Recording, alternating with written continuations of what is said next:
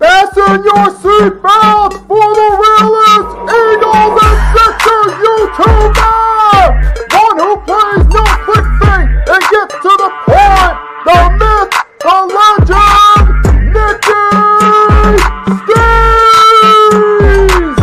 Come to my channel, you know the deal. Yo, boy, always keeps things real. I'm simply statue think they slate, dropping unrealistic mad 2K takes for the clip. Even though cats like that get views closer to the milli, never hear me preach, slip on to Philly. Before you watch the Eagles all the way through to early 22, authentic talk, forget what others do. Come to my channel, you know the deal. Yo, boy, always keeps things real. The 24/7, 365 way. Sports content for the reals to fill the day.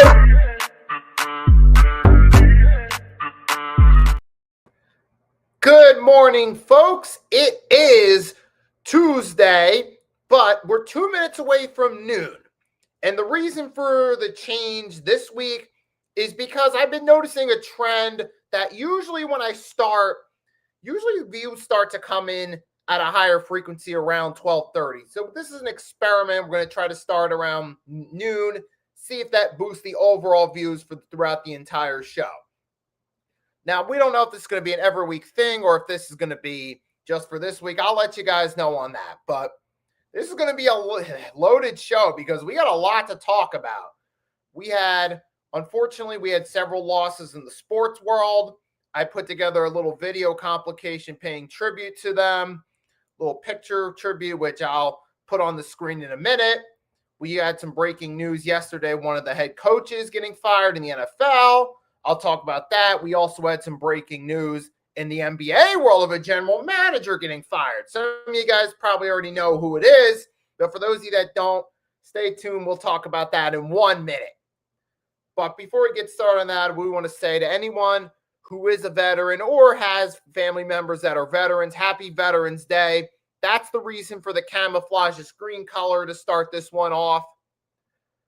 So that's the background reason for that background color there, being that today is Veterans Day. So happy Veterans Day. It being that this is a Veterans Day where a lot of veterans might be having to line up to get food because their SNAP benefits, they're not receiving it.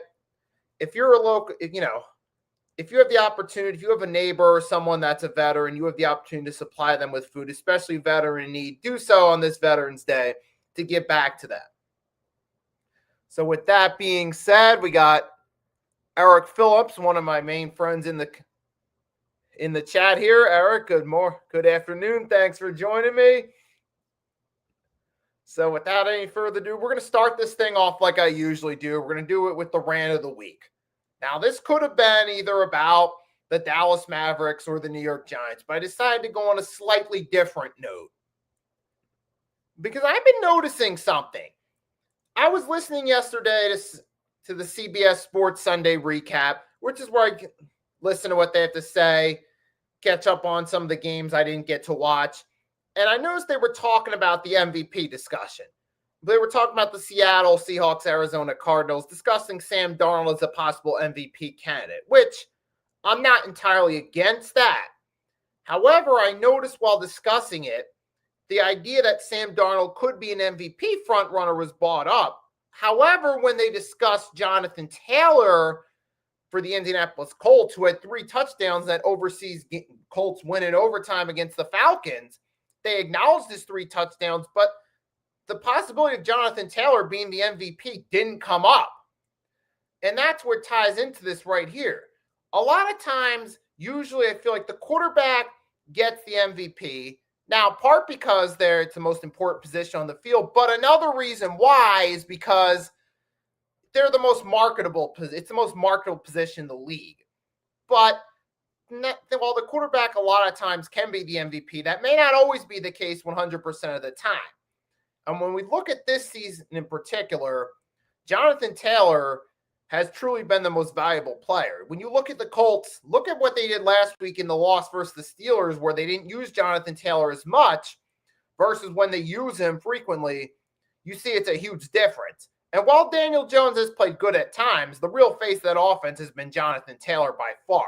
When he's on, the Colts offense is practically unstoppable, and they win games with him being the focal point of that offense. So when I think of the true most valuable player, I got to go this case with Jonathan Taylor. And remember, there have been instances in the past where running backs have been the MVP.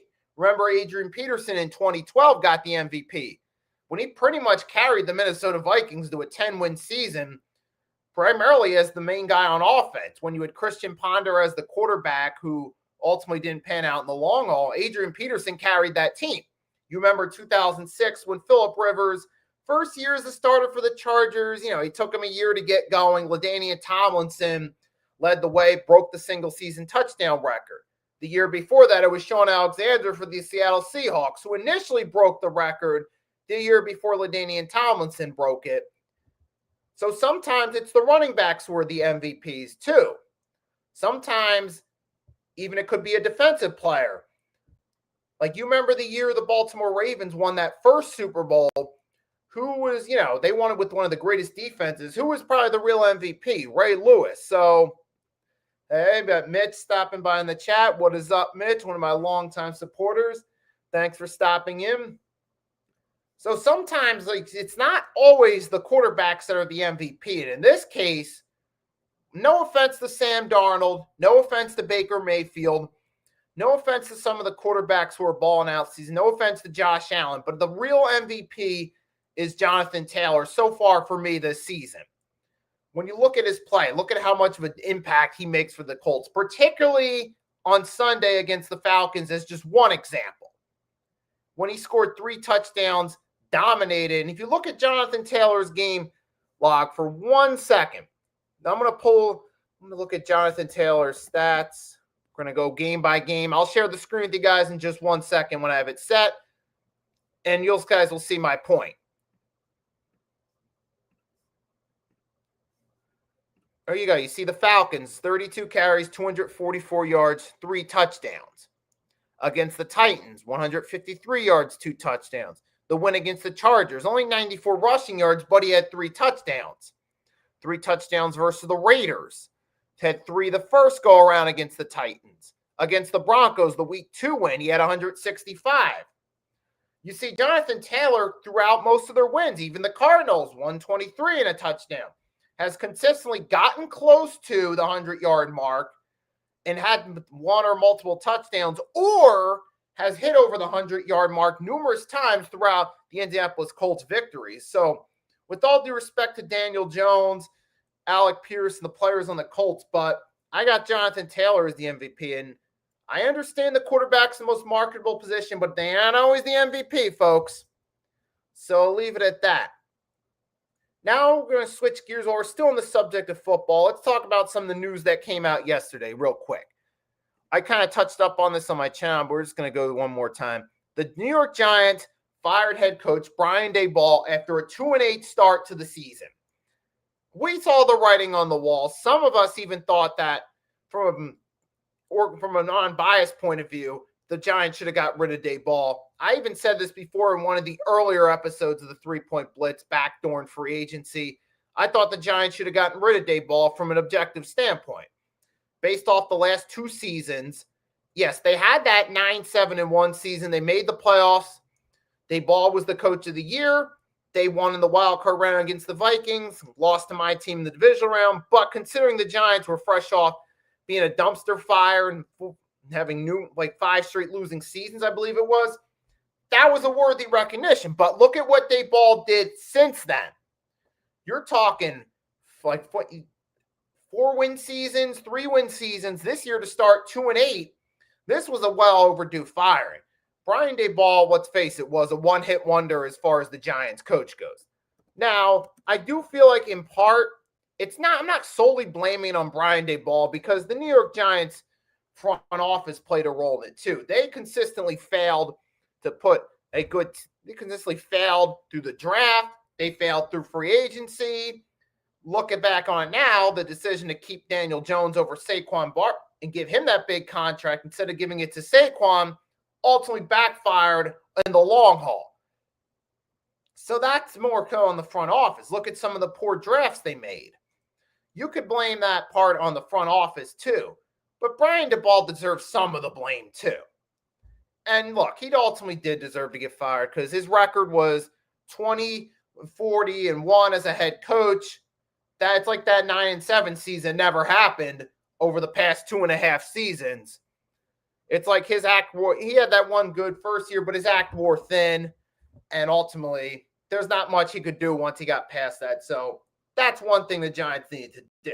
But from an organizational standpoint, any Giants fan listening to this would agree.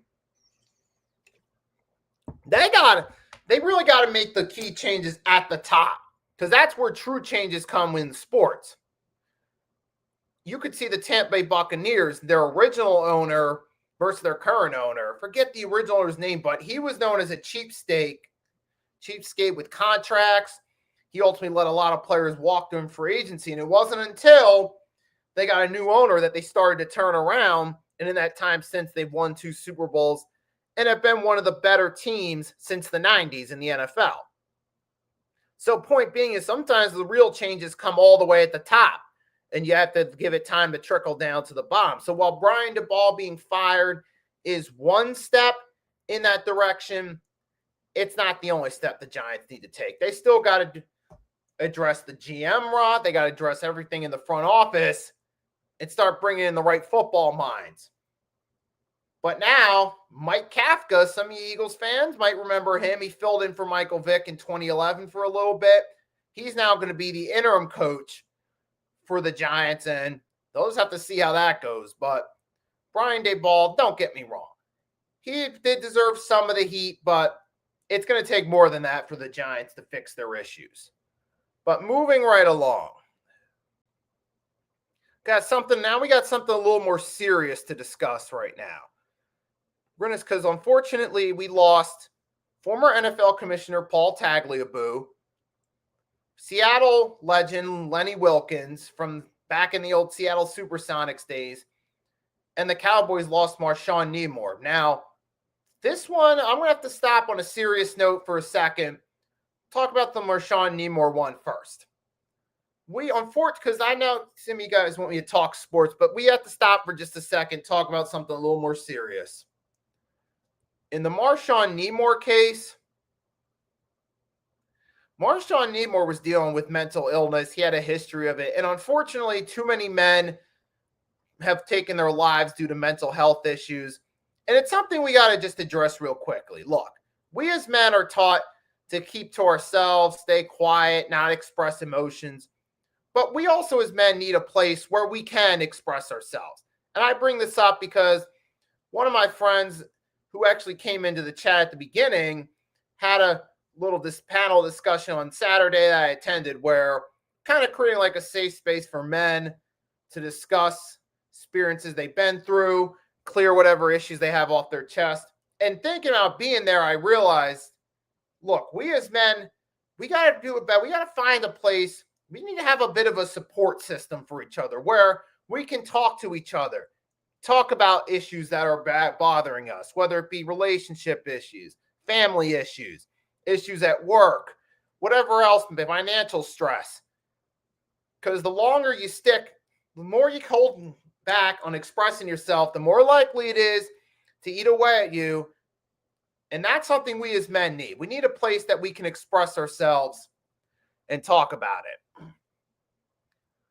Now, we don't know. I don't know particularly about Marshawn Nemore's case. I don't know if he had anyone or if he was trying to reach out because we only knew him as a football player. But it would definitely help for us as a whole as men to at least have a place we can express ourselves, have a support system to support us through difficult times.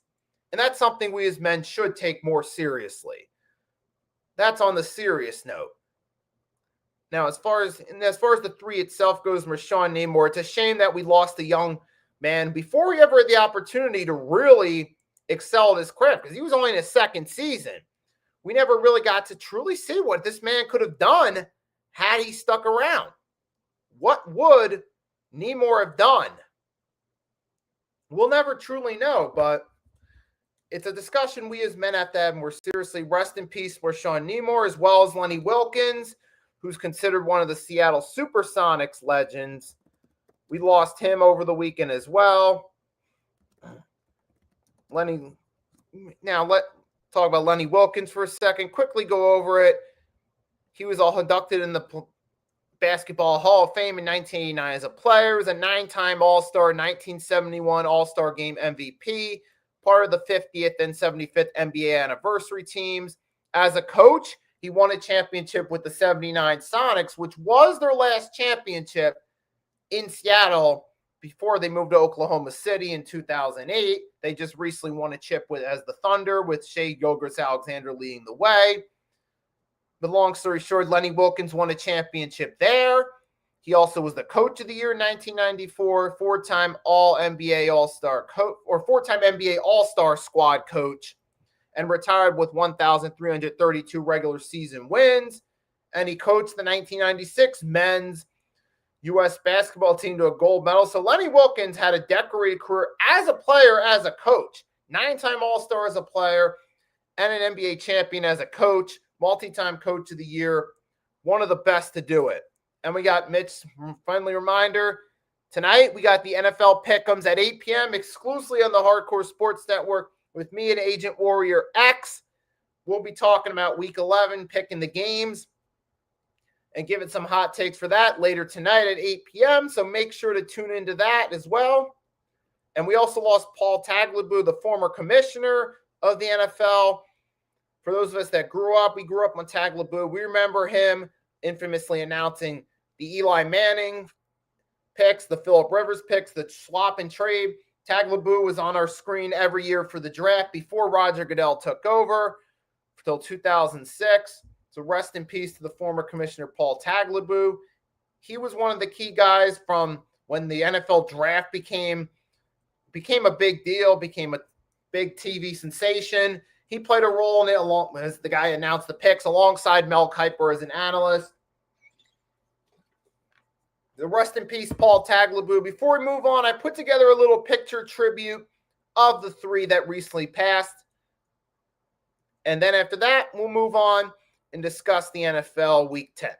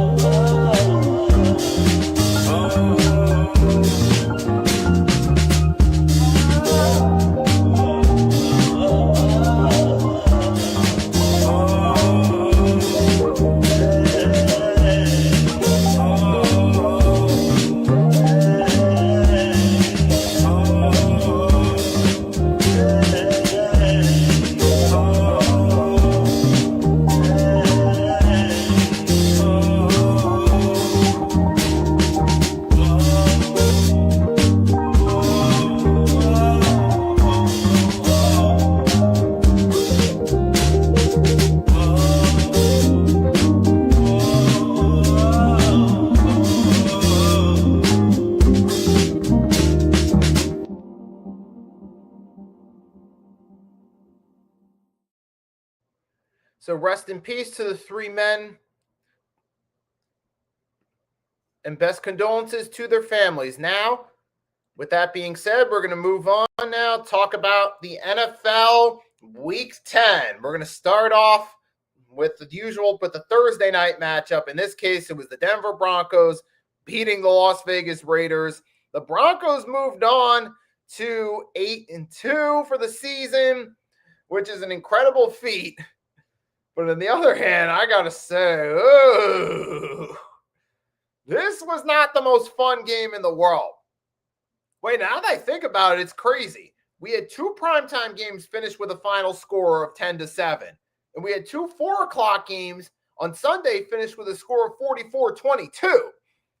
We'll start off with this. Out of the two primetime games, this was not the least exciting of the two 10-7 final scores. And some of you are thinking, oh, you're just saying that because your team won. It's not even that necessarily. I mean, it did obviously help as an Eagles fan. I was more invested in my team's game than the Thursday night game. But even then, it's like the main difference is the Eagles-Packers was mainly a defensive battle. Two good defenses giving it their all. One team had to win, the other had to lose.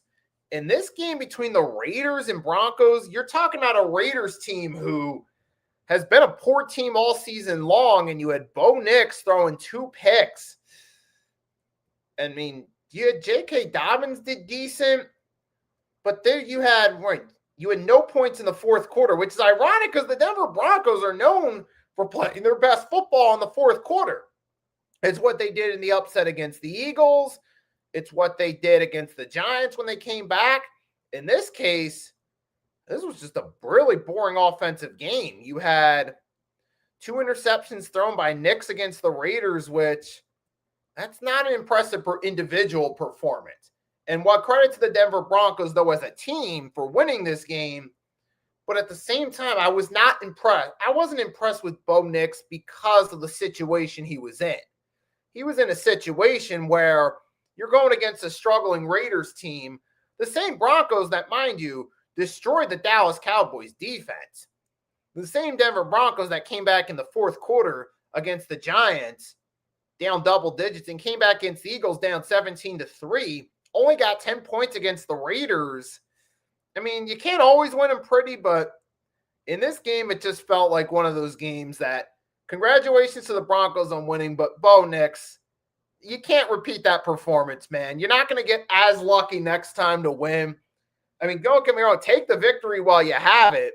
You got the win. Be happy with that, but don't expect the same luck with this similar type of performance going forward. That's all I'm going to say there. And to the Raiders, Geno Smith didn't look better good at all. I mean, just did not see any semblance of good quarterback play in this game at all. And Geno's going to get benched now. I guess Kenny Pickett's going to take over as the starter, which I think the Raiders got bigger issues than quarterback now, too, as a team. But so far with the Raiders, look, the best semblance of offense I've seen is Ashton Genty. And he did all right in this game, 60 yards and 19 carries, but just as a whole, they did not look like a good team in this one. So it's just, I'm just kind of glad this game's over with. Congrats to the Broncos on your win. I think everyone else is just ready to move on. Are these games more bad offensive play or better defensive games? I love ugly defensive games and hate high-scoring games. But, hey, I'm a former defensive lineman. Yep. Well, you had some bias there, too. But I felt like the Eagles game certainly last night had more – it was more of an offense. It was more of a good defensive game. Because I feel like the offenses actually did move the ball a little bit better. Jordan Love was trying to make some plays, but you also just had some really good defense by the Eagles secondary in that game too. So that felt like more of a good defensive game. You saw Saquon Barkley had himself a solid game, but the Packers defense did pretty good. Josh Jacobs had himself a solid game, but the Eagles were able to contain him just enough to keep him from being a true difference maker. But that Raiders-Broncos game, that wasn't that type of game for me. But moving right along, we go to the Colts-Falcons game. Now, we're starting off, say this. Credit to the Atlanta Falcons for being a competitive team, but they're not doing what they have to do to win games. That's the thing. At this point, I don't see the Falcons being able to get the job done this season. Yeah, they're being competitive, and they did have that upset over Buffalo, but at the same time, I think that's saying more about Buffalo, with all due respect to the Falcons, especially being they gave up an upset this week, which I'll talk more about that in a little bit. But in this one, though, credit to the Falcons. They made it a competitive game. There was a point they may have even had a chance of winning it, but Jonathan Taylor, like I said earlier, he pretty much carried the weight for this team. He had what? Yeah, like I said, he had 3 touchdowns. It was 244 yards. Jonathan Taylor had a great day in this one, like we elaborated earlier. And also Tyler Warren had himself a solid game, 8 receptions, 99 yards. You also had Alec Pierce caught 4 passes and got one of them for a touchdown. So that helped out too in the offense. It wasn't just Jonathan Taylor. I got to give credit to Warren and Pierce as well as Jonathan Taylor, like I already gave credit to. But ultimately, the Colts found a way to win, and that's what mattered most. It wasn't a pretty performance, but it was a win. They kind of struggled against the run stop. They struggled to stop Bijan Robinson and Tyler Algier. Those guys went off for a combined over 150 yards. So they had a tough time stopping the run. And even Drake London had himself a really good game. It was a great day if you had Drake London in your fantasy. 6 receptions, 104 yards, and a touchdown. So credit to both teams, but the Colts ultimately won. And they did what good teams do and find a way to win games. And yeah, Eric, the Eagles versus Packers was definitely a defensive game. Like Nick said, it says a lot when they usually score big numbers. Right, and Mitch said a win's a win. And for the Colts, man, hey, they did what they had to do. They went in against the team. That Falcons, they were playing for pride. They're not the best team in the world, but there's a reason they say any given Sunday, because sometimes the team may not be that good, could play hungry and play hard to try to beat you. And the Falcons did that against the Colts. They played hard. They came motivated to win. But the Colts found a way to get the job done. And then Coach points out there was questionable coaching decisions for Atlanta. To let the Colts fight back the way they did is indicative of poor coaching. They should have come away with a win versus Indy. And they weren't, right, and to Coach's point, they were in prime position to do so, but ultimately, as the late Dennis Green put it, would say, you let them off the hook. And that's kind of what happened here. So the Falcons, man, I think what Coach said brings up a great point, because the Falcons are that team that has a lot of good talent, but hasn't really coached well. You've been seeing it recently. And Raheem is on the hot seat. I hate it for a former Jersey high school star. And absolutely, and that's a great point, because the last couple of years we've seen this trend with the Falcons where they have talent. They, on paper, have a good team, but they just can't put it together. We saw it last year. They managed to sweep the Buccaneers, but they couldn't win enough games to win the division. And this year we're seeing games where they're competitive, but they can't close out. And at some point in time, the common denominator Raheem Moore's the common denominator both times. At some point, you got to look at them and think he's on the hot seat. Just like the team that blew this next game we're going to discuss.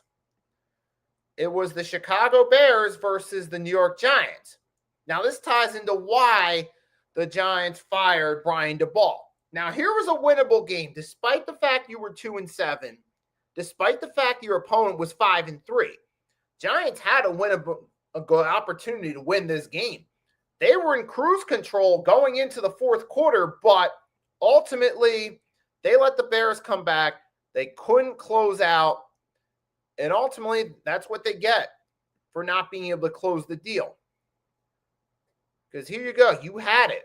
Going into the fourth quarter, you were up 17-10, then eventually, and you let them score 14 on Andy's points. And Caleb Williams had himself a pretty good comeback, but the Giants, man, let him off the hook. And I know, Coach, big game, low-key rooting for the Bears, right? Well, I don't know, Eric is a Cowboys fan, and obviously being that the Giants and Cowboys are rivals, obviously that plays a factor. But, man, on one hand, look, the Chicago Bears do deserve credit for finding a way to win this game.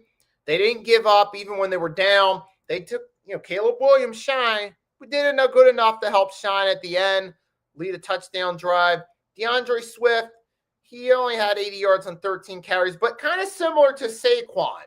While he didn't have the best overall stats, his work both on the ground and in the air did play a role in helping the Bears win this game. Because sometimes not always you don't have to have the flashiest stats to make a difference. Sometimes you just got to make the right plays and make enough plays to be a contributor. And that's the downside to fantasy football in the day and age of flashy stats is sometimes people look out more for the stats and the individual performances than necessarily making the right plays. Now, DeAndre Swift did do enough, and he made some of the right plays. Caleb Williams, again, now his stats, 220 yards, 1 touchdown, weren't the greatest in the world, but it's not about that. We saw some good throws from Caleb throughout the game. We saw a team that didn't give up. We see with Ben Johnson, the Chicago Bears are a more structured team under Ben Johnson than they were under Matt Eberflus. You could see the difference. Well, Caleb Williams may not have the greatest stat lines in the world. Hey, they're finding ways to win games under him. Easy schedule or not, you're still winning. And now this is where Coach Ed chimes in. 4 games this year, up by 10 or more points and lose the game. No mental fortitude, terrible coaching, a complete embarrassment for the storied franchise. Why Schoen didn't go is upsetting. And that ties into what I said earlier when I said, look, firing Brian Daboll does help, but it's not the only problem.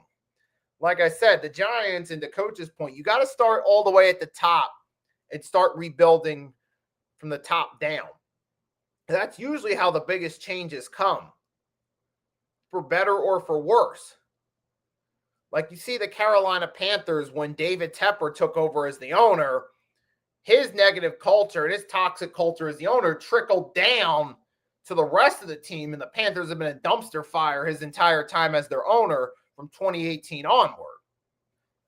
So that being one example. In this case, you're right, the Giants, they definitely, to Coach's point, you got to start from the top and rebuild that way. Because as long as you have GMs and owners that are just terrible, micromanaging, it's going to continue.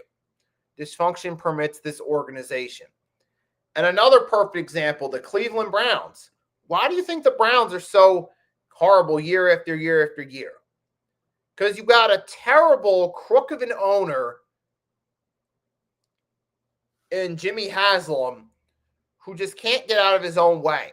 That's why they've been awful for years. The Chicago Bears under the McCaskies have been a pretty poorly run organization. Although this year it looks like with Ben Johnson, they're starting to reach that turning point. But the Bears throughout a lot of years under the McCaskies have consistently hired the wrong coaches, made the wrong draft decisions. And it was a problem for years. The Raiders with Mark Davis. Unfortunately, Mark, he started to learn from his dad's later years, not his dad at his peak in the 70s and 80s.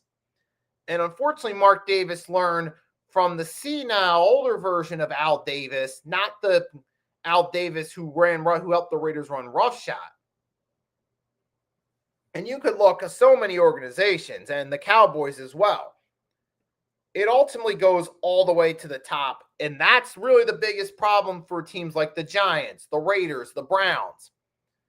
You keep having the wrong people run the organization at the top. You're going to get a lot of the same results year after year. In the Giants case, whether it would be Pat Shurmur, Joe Judge, Brian Daboll. If you are the wrong people calling the shots at the top, that can play a role in hiring the wrong coaches, poor player personnel decision. And it all trickles down come game time. So we can learn anything from these teams is the biggest problem for them isn't always the coach, even though it can be, it's usually at the top. And they said, look at the Jets. Their star, it's stripping it down to rebuild it right. But the Giants won't do the right thing. They just do the stupidest things, stupid as stupid it does.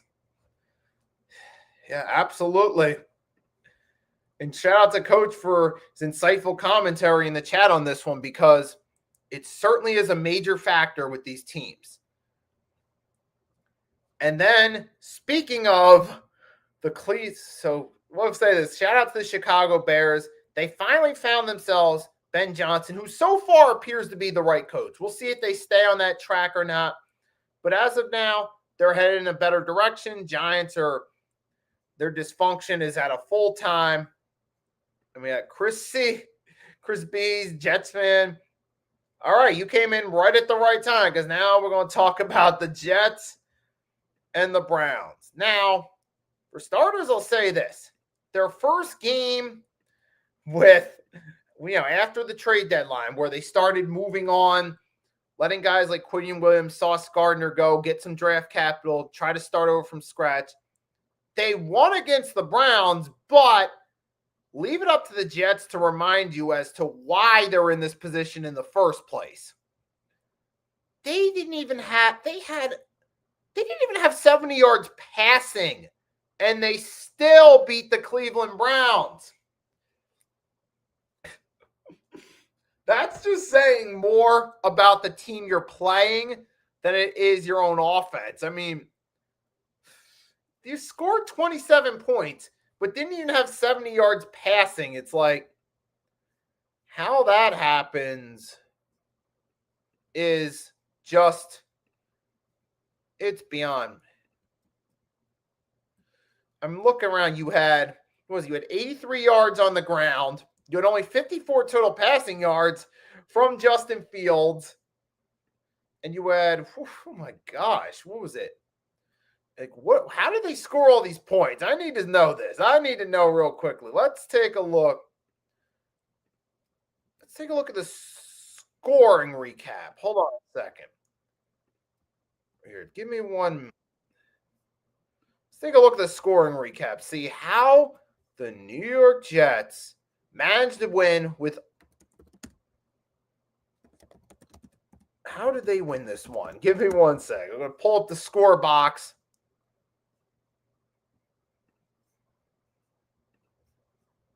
We're going to talk about this one real quick. Small steps, great distances.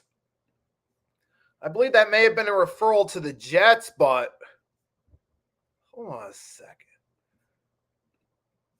Where's the... All right, ESPN. I'll have to pull this up. All right, we'll go to ESPN for the box score. Give me 1 second, because I'm going to show you guys exactly how this happened. All right, let's take a look. We had, share the screen with you guys. We're going to show this because this is just insane how this could happen. All right, let's see. First touchdown of the game. Kickoff return. Smith's kick 64 yards from Cleveland 35. Nongu 99-yard touchdown. That's the first one. So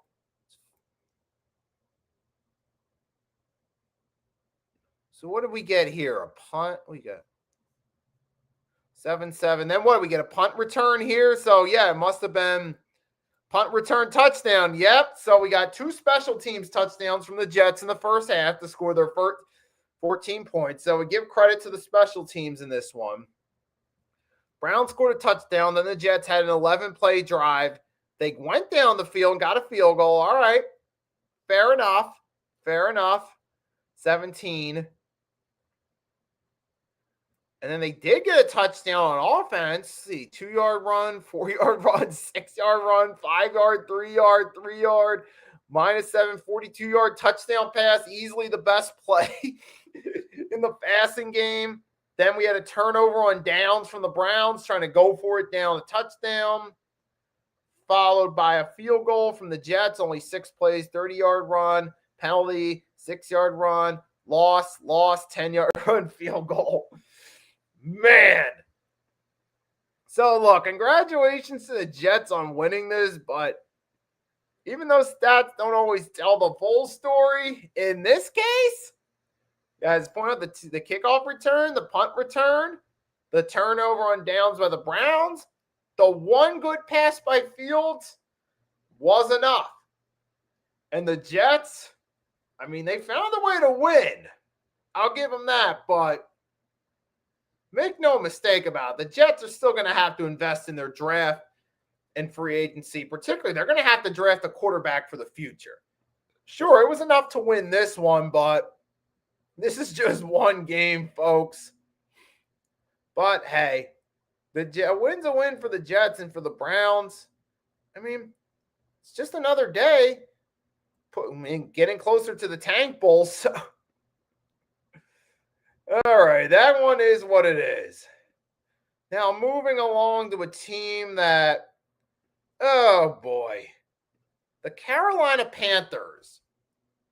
Dude, I had you guys, I mean, you had a winning record going into this one. You were 5-4. You were playing the dreadful Saints, who are in position to get a top 5 pick, if not the number 1 pick, based off the way their season's gone.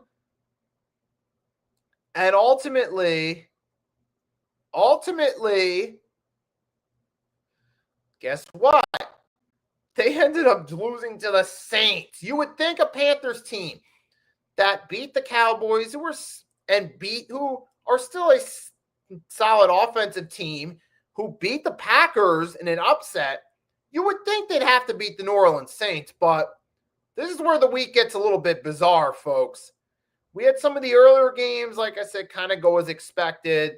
The Bears and Colts winning, the Broncos winning, but this is where the week turned bizarre with the Saints beating a above 500 Panthers team. I mean,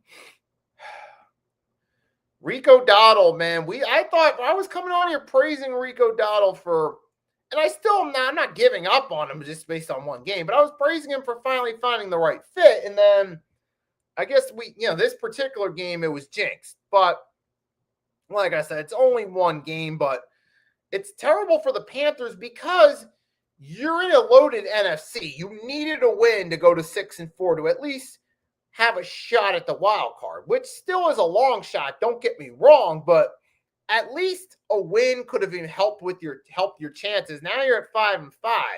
It's an even longer shot, especially being that they lost to the Saints. It's it's an uninspiring performance. I predicted the Panthers to beat the Saints. Unfortunately, game by game, week by week, how it goes, never know the way it's going to look, unfold, transpires, materializes in front of our eyes in football. It's the any given Sunday expression where you never know. There might be a crazy upset you're not expecting, and this was one of them. Now, in this one, Bryce Young had a pick. Rico Dowdle did have a touchdown, but he didn't go off at all in this one. I mean, the Panthers in this one had only a total of 175 yards. They got outgained 388 to 175 in the total yards department. So this was horrible. They were inefficient, 3 for 9 on third down. They went for it once on fourth down. They didn't convert. I mean, just all around terrible performance by the Panthers in this loss. It's not just the fact that you lost, but you lost with 10 points to a New Orleans Saints team that was 1-8. That's the big kicker for this Panthers team. That's why I wasn't sold on them despite their winning record. I considered it a lucky 5-4. Now you're at 5-5. So for the Saints, I mean, they get a win, but the Saints and Jets are still going to be contending for the number 1 pick. Let's make no mistake about it. So, congrats to the Saints. And wait, don't they play each other later this year? Oh, that's going to be a fun Tank Bowl. But I think I'm going to move along. Let's talk about some other games. This one actually was interesting because the Baltimore Ravens are now on a 3-game winning streak. They defeated the Minnesota Vikings 27-19 in this one. And now, I do want to start off to sell those people that are talking about J.J. McCarthy being like, see, the Vikings should have kept Sam Darnold. Look, I understand where that's coming from. You see what the Seahawks are doing. They're at 7-2. Darnold's their starter. I get it. But you got to remember something, too. The Vikings took a chance on J.J. McCarthy because they looked at Sam Darnold as, okay, he's a veteran. He's turned out to be a good fill-in for the season, but they feel like J.J. McCarthy has a more potential long-term ceiling being the younger quarterback. And remember, this is essentially his rookie season. Only his fourth start in the NFL. So he's essentially a rookie. You're essentially, the same mannerisms that apply to a rookie. You got to learn as you go along. You're going to make some mistakes as a rookie. You got to continue to learn and go as you go along. But the Vikings still saw more potential upside in J.J. McCarthy. They traded up to get this guy. They're not just going to give up on this guy after a rookie season where he didn't play, because he didn't play. So you obviously didn't have a sample size to see from to indicate whether or not he could potentially be the guy going forward. So you got to give this guy time, ultimately see what he can do. So we still got to wait and see. Let's just see what ultimately J.J. McCarthy can do. Now, he did have the win, remember, against the Detroit Lions. So we saw a solid performance there. So yes, he did throw 2 picks in this one against the Ravens, but you got to remember it's just one game. And to be fair, the Baltimore Ravens are starting to come back to form. They're healthy again. You got Lamar Jackson back. Derrick Henry had a solid game. Again, not the greatest stat line in the world, but 75 yards, 20 carries. That's still pretty solid, and that does make a difference. Lamar Jackson, he had 176-yard touchdown and 36 yards on the ground. It was good enough for them to find a way to win this game, and they scored 27 points. So ultimately, look, the Baltimore Ravens are getting their groove back with Lamar, and now they're 4-5. They still have a shot, especially with the Steelers taking a few losses lately. When it comes time for the Ravens and Steelers to play each other, if the Ravens can win out in those games, especially that you got the Bengals have a historically worse defense, all-time worst defense. The Browns are a dumpster fire. Steelers are starting to fall apart a little bit. Ravens are catching their groove, winning games.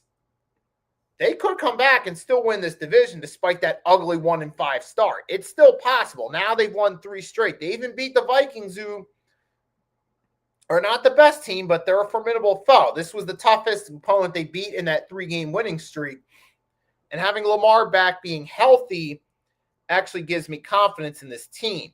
You had Zay Flowers was his lead receiver in this one. You still see DeAndre Hopkins from time to time can still be utilized in the passing game. We saw week 1 his touchdown against Buffalo. He can still, while he's not prime DeAndre Hopkins, he can still be an effective option in the passing game. And Baltimore, to their credit, they're starting to get it together now. And Lamar's back and healthy. Remember the last 2 seasons he was fully healthy. He had 23 in MVP, 24. It's still possible. And you and Eric, the Giants, 8-8, come back for the Super Bowl. I think maybe, are you referring to that 2011 season where they were kind of at the midpoint? But the Ravens at this point, I think it's possible.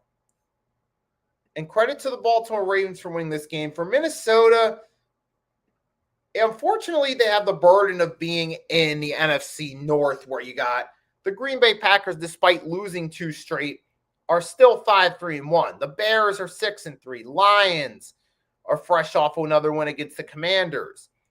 You're going to have out west, you have possibly either the Seahawks or Rams, whoever doesn't win that division, getting a wild card spot. So it's going to be tough for the Vikings. Maybe this year they don't get it together, but if you can still have a solid season and J.J. McCarthy improves, you at least have something to go with for the future here. I mean, it's just one game. He did throw 2 picks, but we'll give it time to see what he does to rebound. Now, here's the interesting game.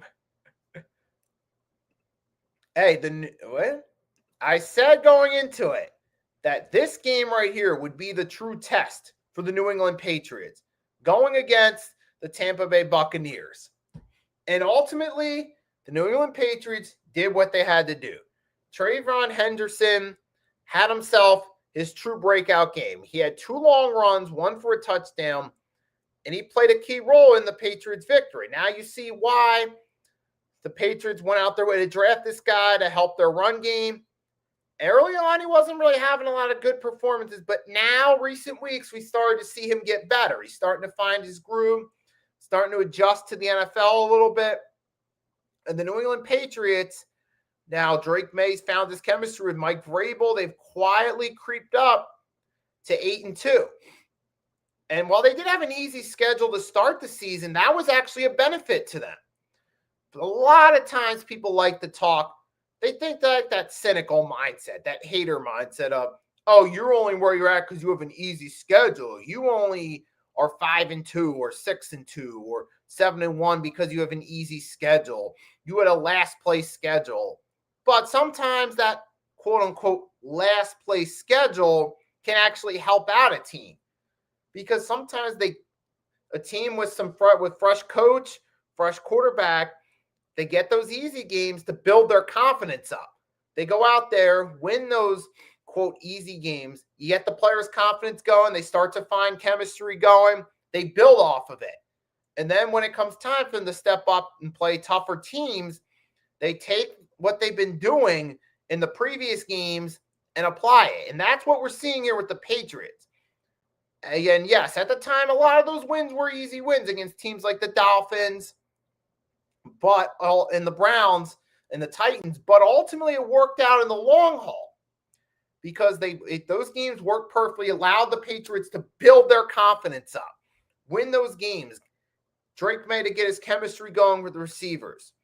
Trayvon Henderson to make his rookie mistakes, learn to adjust. Mike Vrabel to get the team used to his coaching style. It all worked out. And now here they go against the Tampa Bay Buccaneers, one of the top teams in the NFC, and they win this game on the road. They have an impressive win.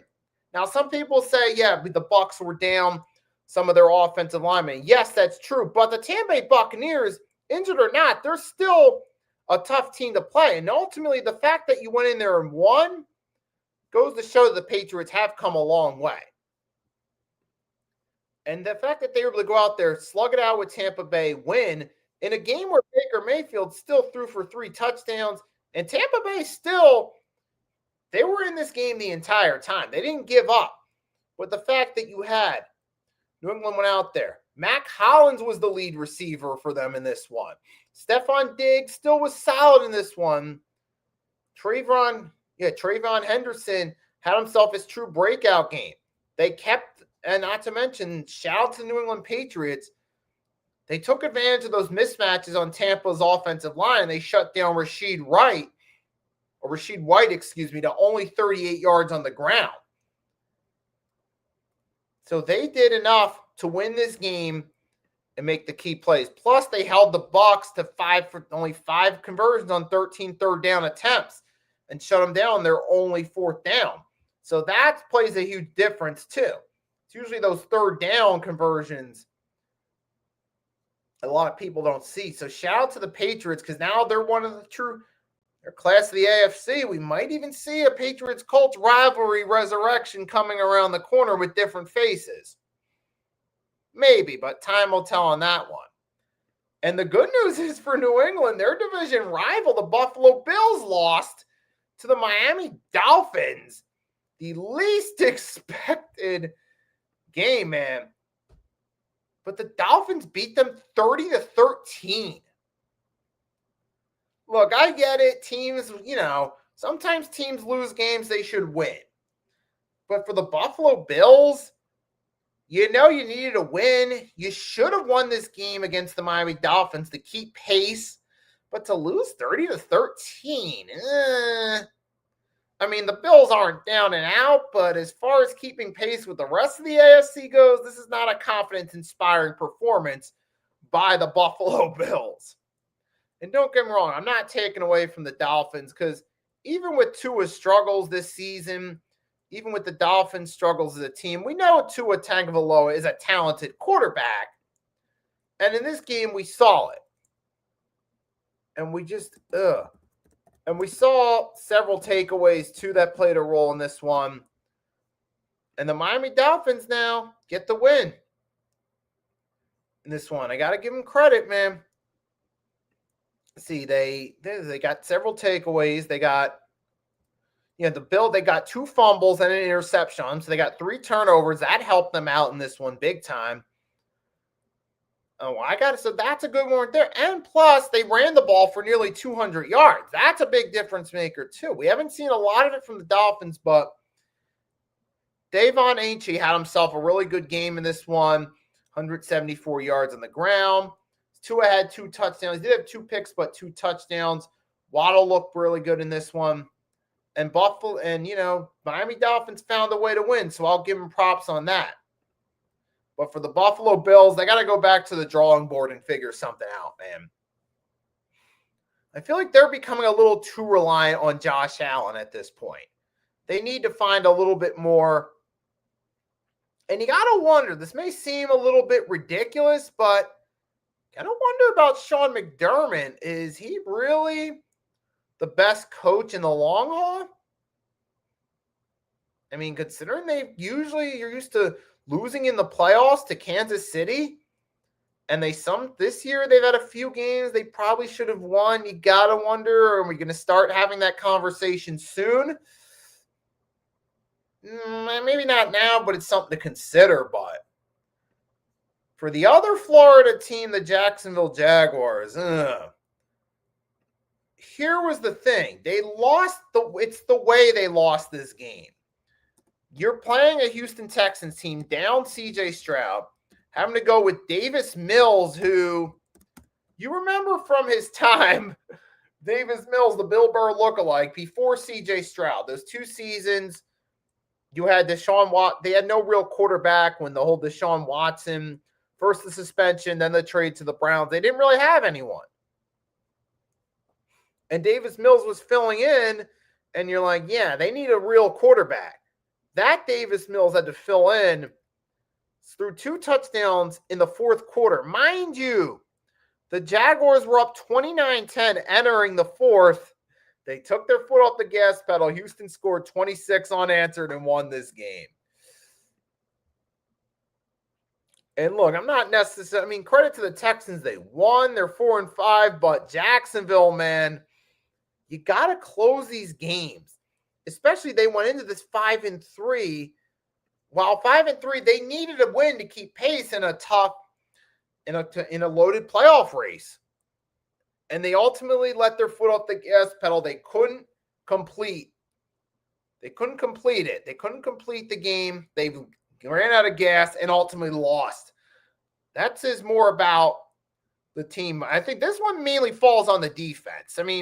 I've sometimes given Trevor Lawrence flack, said I think he's a bit overrated. He's more of a game manager than a real franchise quarterback. But in this one, I'm blaming it more on the defense. Even though the Jaguars' offense failed to score more points, when you give up 26 unanswered, that's mainly falling on your defense in this one. Just a poor performance by the Jaguars. And this is why I'm not sold on them. Because they were 4-2 at one point. They've lost 3 of their last 4, including a blowout loss to the Rams, who are one of the top teams in the NFC, and an embarrassing 4th quarter collapse. This was like the 2020 Steelers in December, the 2023 Eagles in December collapse. So shame on the Jaguars for that. We'll see what they do to adjust. But you got to play better in the 4th quarter. But before we get to the 4 o'clock games, take a quick break, grab a sip of water. Stay tuned. Your boy will be right back. We'll go through the 4 o'clock games. Then we'll talk a little bit about the NBA. Like I said, this is going to be a loaded show, so take a quick break. Be right back.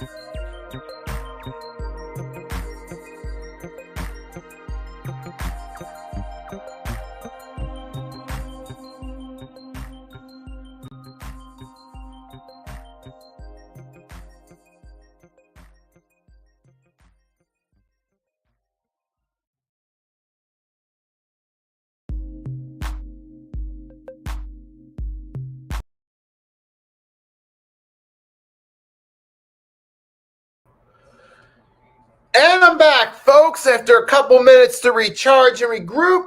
Now we're back. We're going to talk about the 4 o'clock games now. We're going to talk about them, talk a little bit about the primetime games. Then I'm going to wrap this thing up and then talk about the NBA for a little bit. So without any further ado, let's get right back to it. We're going to start off with the 4 o'clock games. And remember what I said at the beginning of the show. Ironically, we had 2 games during that time slot with a 44-22 final score. So let's just dive right into the games. We had that score. We had first the Seattle Seahawks staying in control out west in the NFC, defeating their division rival Arizona Cardinals 44-22, completing the sweep for the season. This time around, be it in more impressive fashion. Last time was on a walk-off game winner. This time it's a blowout. Now, in this game right here, I remember I alluded to earlier about my rant of the week that the quarterback isn't always the MVP. Now, in this case, I said Sam Darnold does have a potential case, but this performance, despite the final score, didn't really show it. Now, Sam Darnold, to his credit, has been having a good season. He's found chemistry with his receivers, and they're starting to look good. But in this game, there was an interception thrown and a couple lost fumbles. There was a lost fumble despite the win. So while Sam Darnold, didn't play, he didn't play great in this one. He didn't exactly have his best game. You mostly had with Zach Charbonnet had a touchdown at the running game. You had him. Kenneth Walker had a pretty good performance, accommodating for well over 100 all-purpose yards, rushing the ball. You had Jackson Smith did have a touchdown catch, but it wasn't just that as well. Most of Seattle's offense came in the first half. And in this one, but Sam Darnold didn't have his best game in the world. You had Jacoby Brissett sack fumble, not to mention DeMarcus Lawrence played a key role in this one. DeMarcus Lawrence had 2 fumble recoveries, 4 touchdowns in this one, and that played a factor in the outcome of this game, folks. So I got to really give credit to DeMarcus Lawrence, who was the real MVP for this game. So it's in situations like this is why I'm not necessarily sold on Sam Darnold being an MVP frontrunner. Well, he's had a good season. He did have a few turnovers in this one. He even had a few turnovers, I remember, a couple weeks back on the Monday night game. So, while he's had a good season, the Seahawks are a really good team on both sides of the ball. It's games like this that don't have me sold on Darnold being necessarily the MVP is what I'm saying. But credit to the Seahawks. They have a really good team.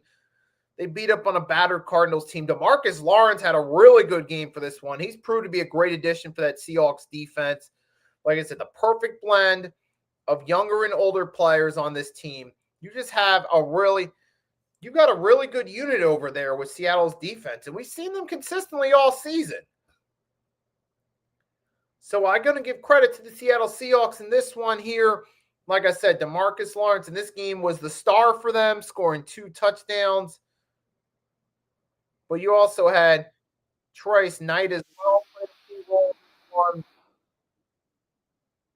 Have a really good all-around defense. You got, even in this game, the Seahawks had 5 sacks without Julian Love, Josh Jobe, Ernest Jones IV, and Jaron Reed.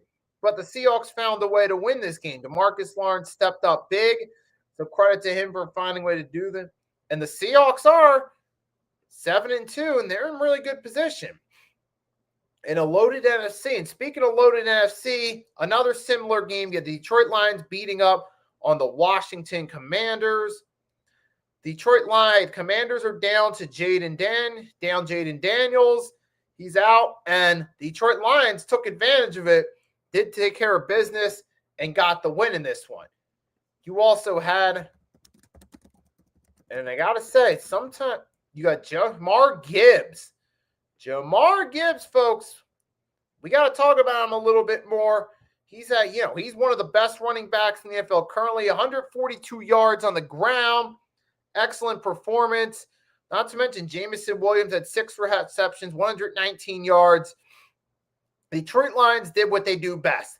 They capitalized with Jahmyr Gibbs and David Montgomery just dominating on the ground. Let's not forget, as awesome as Gibbs is, David Montgomery is an excellent number 2 back. And that Dan Campbell knows how. He's got the right 2 backs. You can alternate carries between them, and you can get good performances from both, and that's what they did here. And that makes Jared Goff's job a lot easier, or he can get the ball off to Laporta, Amon-Ra St. Brown, Jameson Williams. They can go out And the Detroit Lions can just dominate like they did here with 44 points against the Washington Commanders. Another excellent performance by the Detroit Lions. They're now 6-3. They get to put that Vikings loss behind them. And we'll see what they can do. We know what the Detroit Lions are. They become one of the top teams in the NFC, but the key question for them will be come playoff time. But in this case, Lions took care of business per usual. Excellent for them. And another team, ironically, speaking of Jared Goff, his former team, the Los Angeles Rams, put a whooping on the San Francisco 49ers. I told you it was only a matter of time before those injuries finally caught up to them. They're down Nick Bosa and Fred Warner. Eventually, that was going to be a problem. Eventually. And this game against that dominant Rams offense, Puka Nacua, Devontae Adams, still a good number 2. Matt Stafford having an excellent season. Even getting near the end of his career.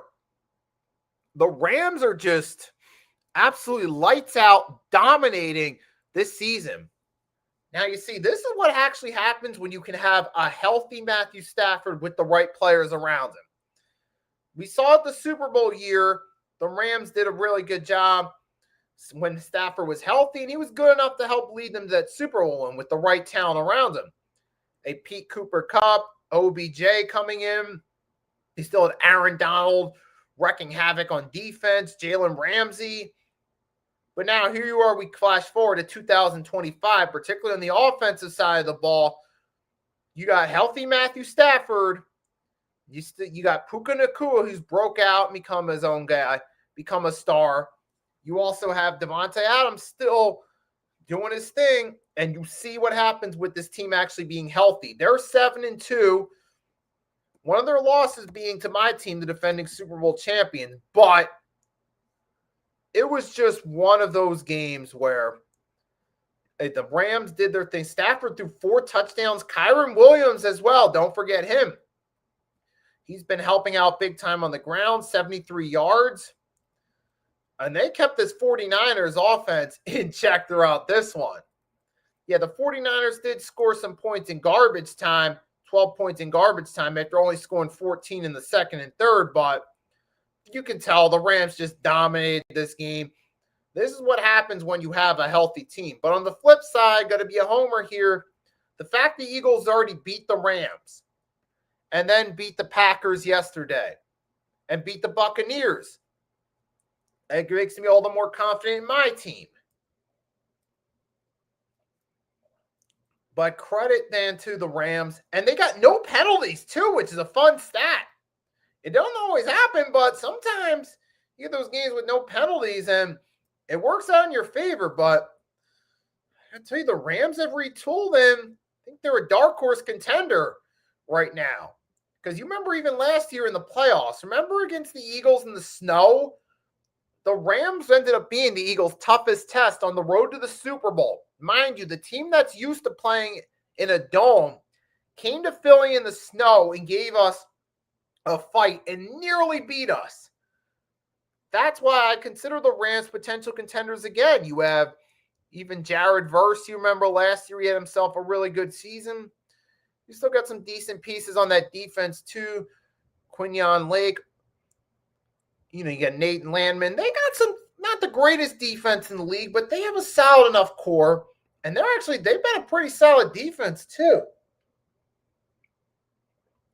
I got to give them props. And this was a really good day for LA teams because the Los Angeles Superchargers, not as catchy as San Diego Superchargers. I tried, though.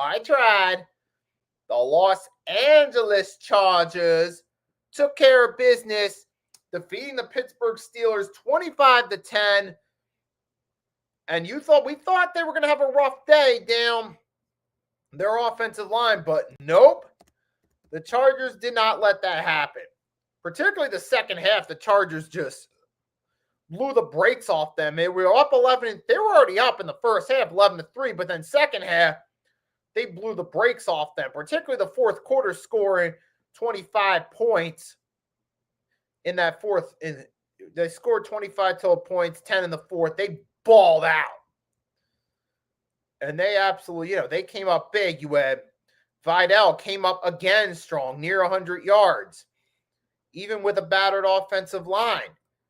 The defense forced 2 turnovers on Aaron Rodgers. Yeah, Aaron Rodgers looking washed up again. And not to mention Keenan Allen. Keenan Allen made some history, folks.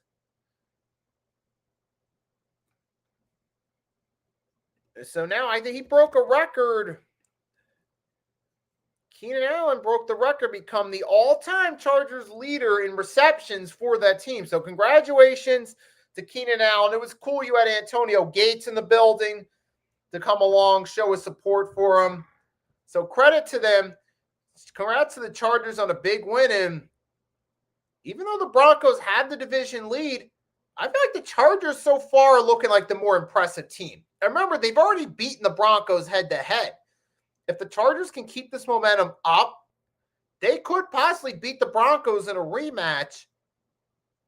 But then again, I don't know. That's going to be a tough one considering how awesome that Denver Broncos team is. I mean, the tough part is going to be going against that defense, though. So we'll see about that one. But the Chargers could win out. Maybe as the season goes along, the Broncos take a few L's. Especially if their offense has a few more poor performances like that. But, man. But congratulations to the Chargers. They're having themselves a really good season. And Jim Harbaugh, man, I'll tell you, he's got to be the best. He's the best head coach in terms of getting production out of his run game. Because here's a guy down his third-string running back, a no-name guy we never heard of before. And now everyone's talking about him. Even though he doesn't have the easiest name in the world to pronounce, here's a guy who, mind you, was a third stringer, 2 running backs on IR, Omarion Hampton, and what's his name? Najee Harris. We're both down IR. Here comes the third-string running back leading the way for this Chargers team. Even with a battered offensive line, that goes to show you Jim Harbaugh knows how to make the best of his running backs.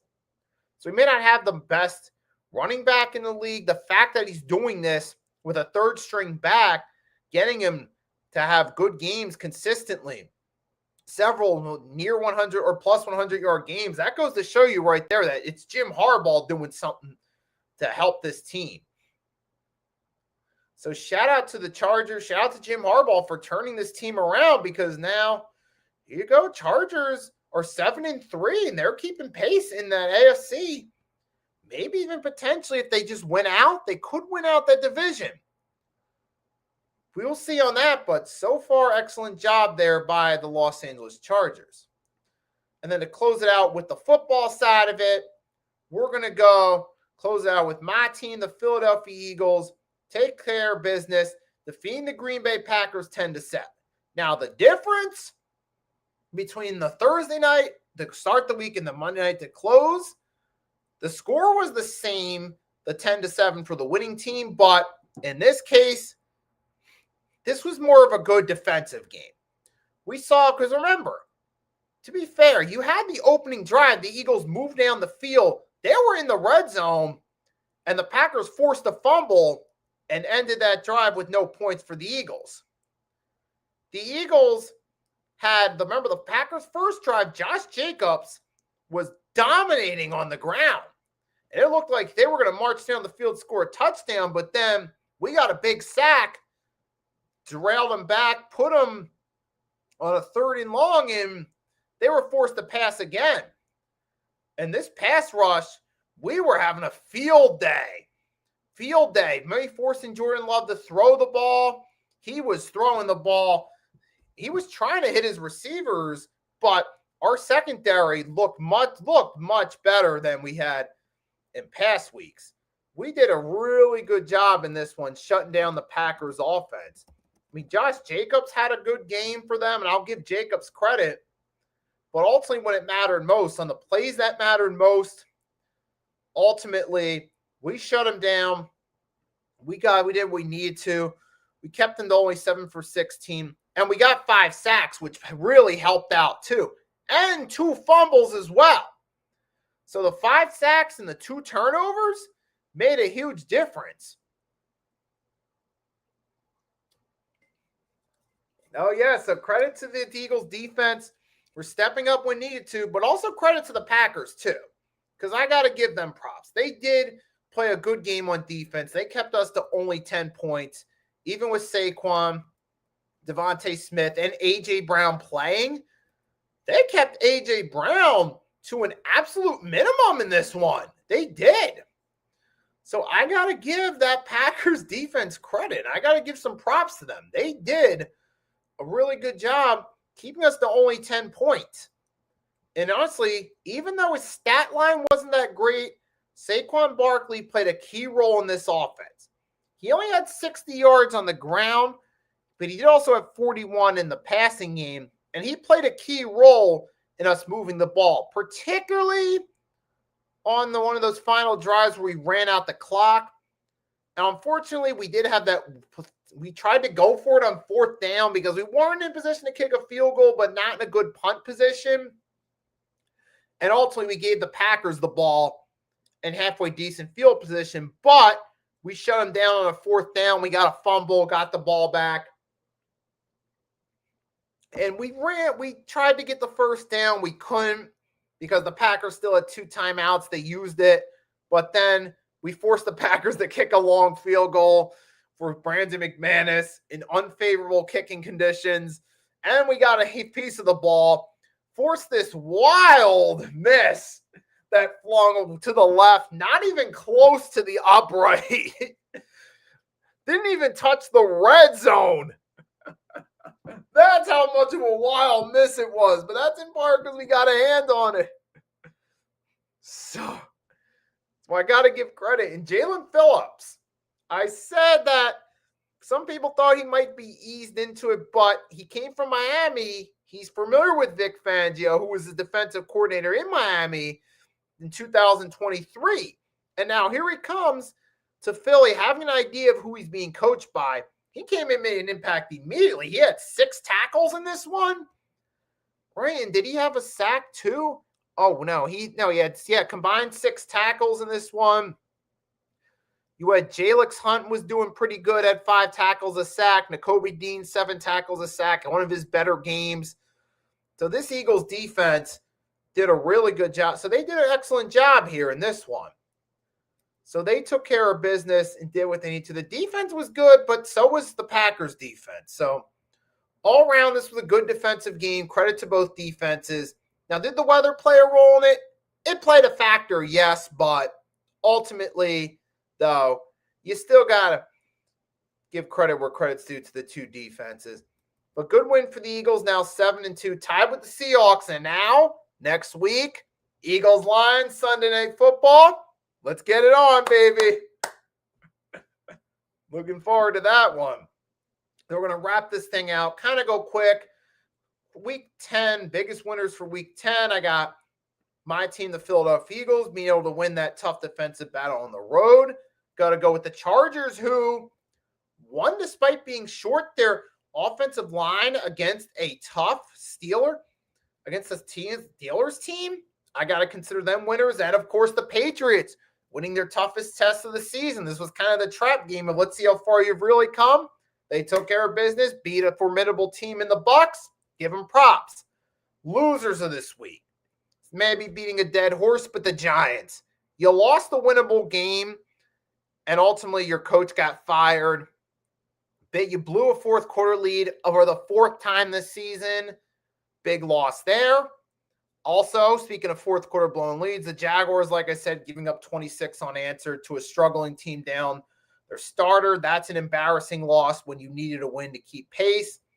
And then the Carolina Panthers, you lost to the Saints in a game that the Panthers needed. Like I said, their playoff shots were kind of low before this game, but this did not help at all.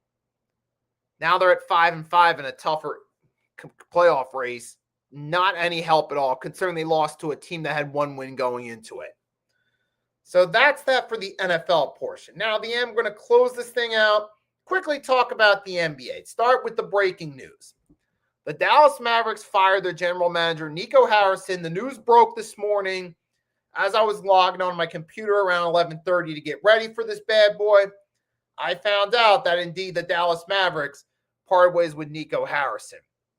And we had been talking about it. It had been going on for days.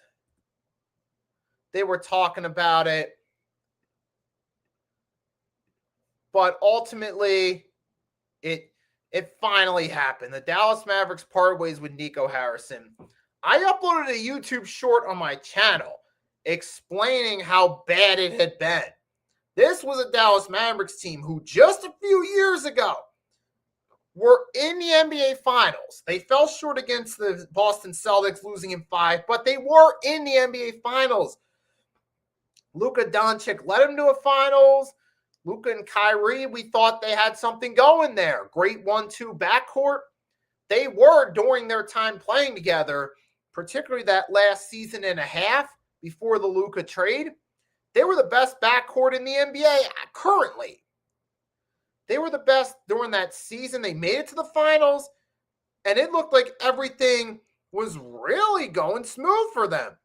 And then they ultimately traded away Luka Doncic in the middle of the night, literally in the middle of the night, to the Los Angeles Lakers without putting him on the trade market, where they could have gotten some picks in return. And here's the thing. I'm pulling this up for my YouTube short. The Mavs don't have their first-round pick until 2031. This upcoming year, they traded to Charlotte to get P.J. Washington. 2028. That was a pick swap for Daniel Gafford. They don't have their 2029 first-round pick. That was in the Kyrie trade with the Nets when they acquired Kyrie. In 2030, they swapped with San Antonio. So that's one area. Nico Harrison traded away the superstar player in his mid-20s without getting pick compensation for a team that gave up a bunch of picks to go all in for a finals run, only to trade away the superstar of the finals run less than a season later and not get a haul picks in return.